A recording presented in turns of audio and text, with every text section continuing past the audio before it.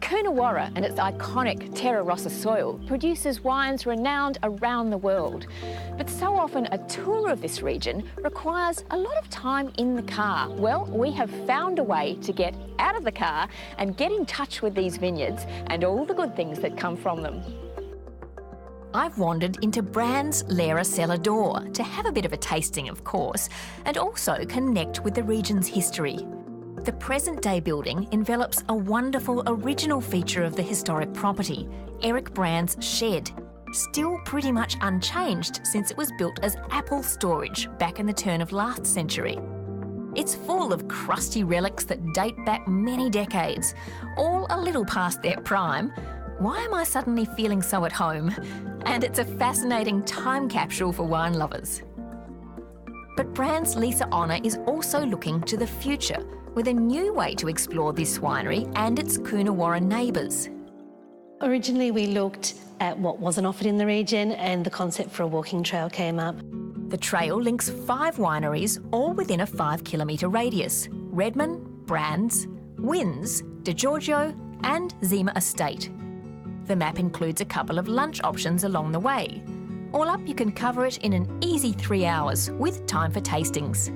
Once people get to Coonawarra, pick up the brochure at any of the Cellar Doors Visitor Information Centre and their day's already planned for them.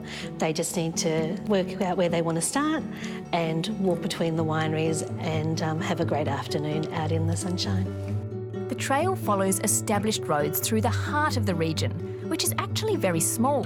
It's centred around the township of Coonawarra itself, but you can start at any of the wineries and follow the loop. Each winery offers a different experience. At Zima Estate, for example, there's the chance to not only taste the wine, but stock up on some treats that would be superb additions to a cheese platter. All made according to Mrs. Zima's traditional recipes, of course. If you're after something more substantial, check to see if Fodder Restaurant, also on the trail, is open for lunch when you're there. Or pop into the Coonawarra General Store and grab a gourmet picnic bag from their fresh daily menu, anything from sushi to home-baked pies or fruit and cheese selections. The great thing about this idea is that you can take your lunch to any of the wineries to eat in their picnic areas, and there's no basket to return later.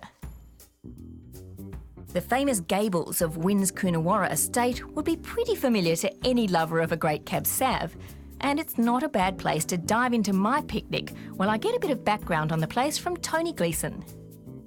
The cellar door here offers visitors a truly interactive experience. There's tasting, of course, but intriguing displays about the region's history and its physical characteristics.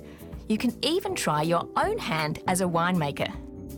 Today we're going to be going through the blending process, what our winemakers do to make our Cabernet Shiraz Merlot, which we've been making for quite some time now. It's a Cabernet dominant blend. And that's just a small taste, pun fully intended, of what Coonawarra offers.